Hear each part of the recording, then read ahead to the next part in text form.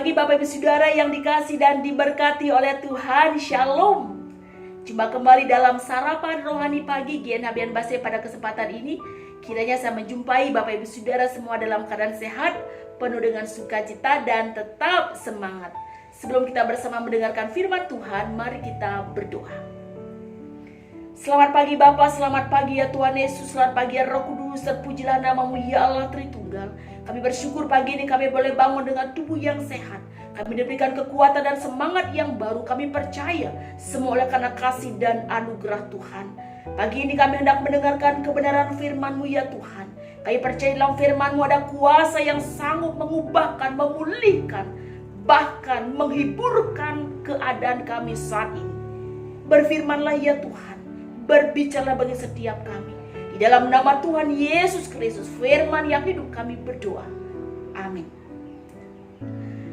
Bapak Ibu yang diberkati oleh Tuhan, firman Tuhan hari ini Senin 5 Agustus 2024 terambil dari dua pembacaan. Yang pertama dari kitab Yesaya pasal 52 ayat yang ke-12, demikian bunyi firman Tuhan. Tuhan akan berjalan di depanmu dan Allah Israel akan menjadi penutup barisanmu. Yang kedua Injil Markus pasal 2 ayat yang ke-14. Ketika Yesus berjalan lewat di situ, ia melihat Lewi anak Alfeus duduk di rumah cukai, lalu ia berkata kepadanya, "Ikutlah aku." Maka berdirilah Lewi lalu mengikuti dia. Demikian bacaan firman Tuhan. Yang berbahagia adalah setiap kita yang dengan sungguh membaca firman-Nya, terlebih yang melakukannya. Bapak Ibu yang diberkati oleh Tuhan, sebuah perjumpaan tidak bisa dilepaskan dari setiap orang. Perjumpaan satu orang dengan yang lainnya, perjumpaan dengan keadaan, perjumpaan dengan masalah, perjumpaan dengan kebahagiaan, dan ada begitu banyak situasi yang kita jumpai dalam kehidupan kita. Dan hari ini Bapak Ibu Saudara, kita akan belajar tentang bagaimana sebuah perjumpaan itu mengubahkan kehidupan kita. Bapak Ibu Saudara, kita melihat di dalam kitab Yesaya ini, di mana Tuhan melalui Yesaya memberikan sebuah pengharapan, sebuah penghiburan kepada bangsa Israel yang saat itu ada di pembuangan Babel. Bahwa 150 tahun setelah zamannya Nabi Yesaya, bahwa bangsa Israel ini akan kembali ke Yerusalem.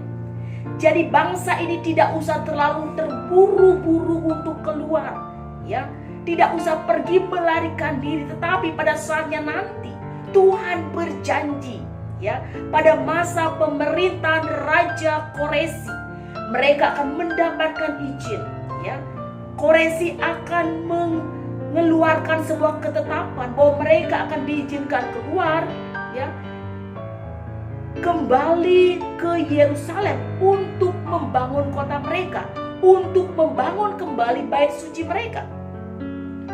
Di sini Bapak Saudara kita melihat bahwa perjumpaan di dalam Tuhan, di mana bangsa Israel, bangsa pilihan Allah, bangsa yang ditetapkan oleh Allah untuk menyembah Dia, menjadi bangsa milik kepunyaannya, menjadi umat kesayangannya.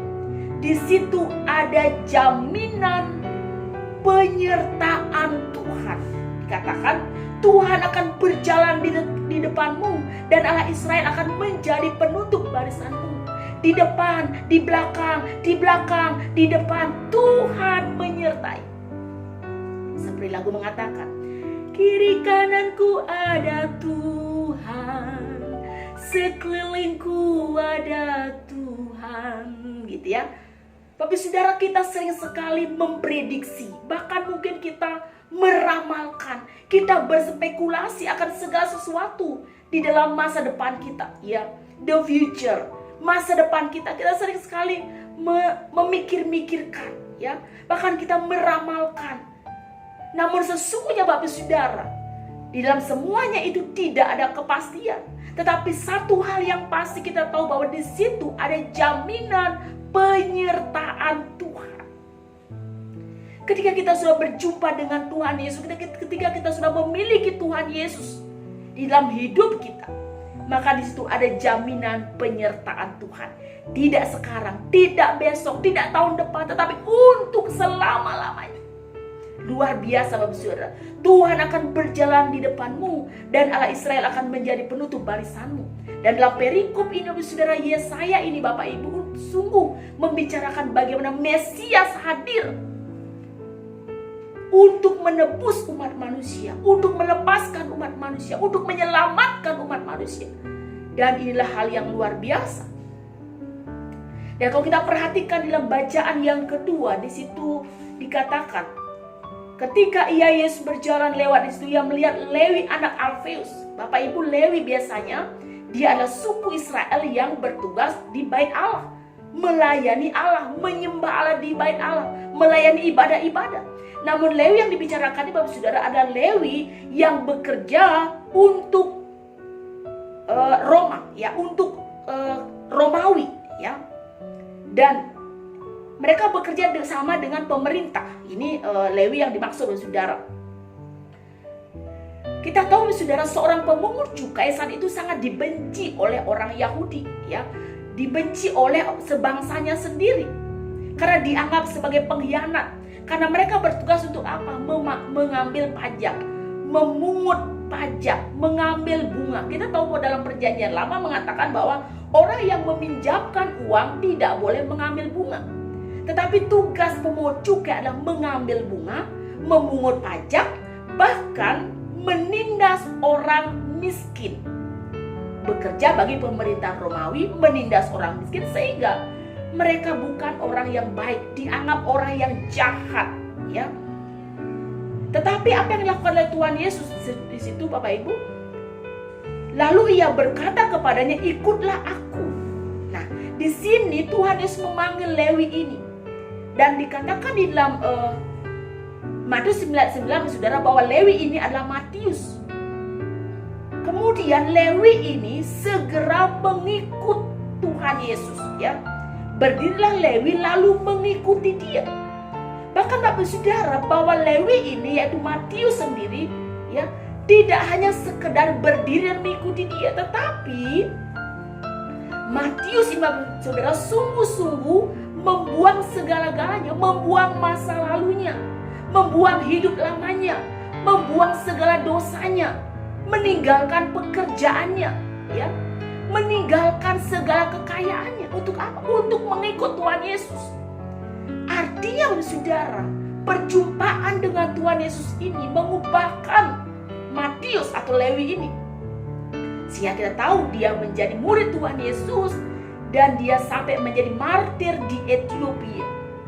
Dia disiksa, dia dirajam, dia disalib dan dia dibunuh. Untuk apa? Untuk Injil. Artinya bahwa selain penyertaan Tuhan, di sini juga dituntut untuk benar-benar mengikut Tuhan Yesus dan bertobat, meninggalkan yang lama. Sama seperti Sakius, Saudara, ketika Tuhan Yesus, "Hai Sakius, aku mau menumpang di rumahmu." Ketika Tuhan Yesus menumpang di rumah Sakius, orang-orang Yahudi saat itu tidak senang, mereka bersungut-sungut karena Tuhan Yesus mampir di rumah orang berdosa. Tetapi perjumpaan itu mengubah Sakius dan dia berkata, "Tuhan, setengah dari milikku akan kuberikan kepada orang miskin. Dan sekiranya ada yang aku peras dari seseorang, aku akan mengembalikan 4 kali lipat." Sungguh luar biasa dan keselamatan terjadi bagi Sakius. Bapak Ibu yang diberkati oleh Tuhan, seperti introduce yang membimbing kita minggu ini, Mazmur 33 ayat 12. Berbahagialah bangsa yang Allahnya ialah Tuhan, suku bangsa yang dipilihnya menjadi miliknya sendiri. Bapak Ibu yang diberkati oleh Tuhan, kita ini sudah menjadi milik Tuhan sendiri.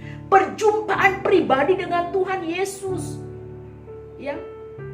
Perjumpaan pribadi dengan pribadi, ini suatu keintiman, ini suatu kedekatan, suatu hubungan yang sangat-sangat dekat antara kita dengan Tuhan Yesus.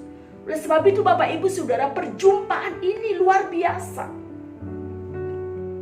Kita sudah diselamatkan, kita dipilih, kita ditebus, kita diampuni. Oleh sebab itu di situ Bapak Ibu Saudara ada jaminan penyertaan Tuhan. Oleh sebab itu kita terus untuk mempercayai Dia sepenuhnya. Jangan berspekulasi atau meramalkan sesuatu yang belum pasti terjadi. Tapi yang pasti terjadi adalah jaminan Tuhan menyertai kita.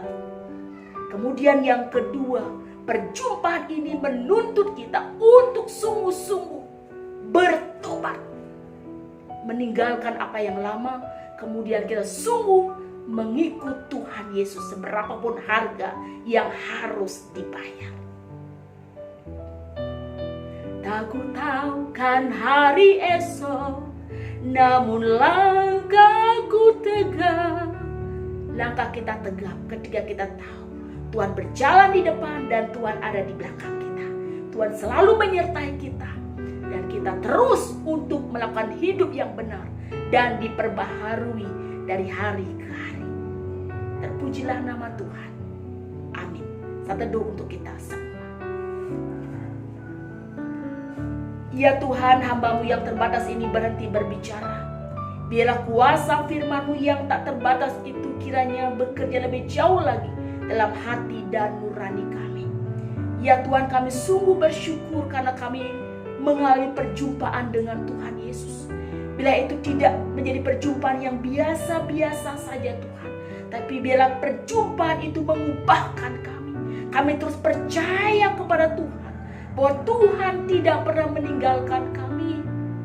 Tuhan berjanji selalu menyertai kami. Engkau Allah Immanuel yang selalu menyertai kami dalam keadaan apapun. Dan biarlah kami sungguh-sungguh mendengar panggilan Tuhan, mengikut Tuhan Yesus, dan benar-benar menyerahkan hidup kami totalitas untuk menyenangkan hati Tuhan, meninggalkan yang lama, dan kami hidup benar-benar untuk ya Tuhan. Hamba berdoa untuk seluruh jemaat Tuhan Galangning yang Abian Base dimanapun mereka berada. Sekiranya ada yang sakit, Tuhan menyembuhkan mereka. Sekiranya ada yang sedih, Tuhan hiburkan mereka. Sekiranya ada yang beruban berat, Tuhan berikan mereka kelegaan. Di dalam pergumulan anak-anak yang sedang tumbuh berkembang, dalam pendidikan, dalam pergaulan, di masa remaja pemuda mereka, dalam bergumul akan teman hidup, bergumul akan jodoh, bergumul akan keturunan, bergumul akan masa depan, bergumul akan masa tua, perekonomian, biaya hidup, dan ada begitu banyak persoalan yang terjadi. Ya Tuhan, kami sungguh percaya bahwa Tuhan Yesus lebih besar dari segala persoalan-persoalan yang kami hadapi. Dan Tuhan sudah berjanji Tuhan akan berjalan di depan kami. Dan Tuhan tak pernah meninggalkan kami. Kami percaya Tuhan bahwa setiap kami mengalami lawatan Tuhan. Dan janji Tuhan sungguh tergenapi atas kehidupan kami. Terima kasih Tuhan.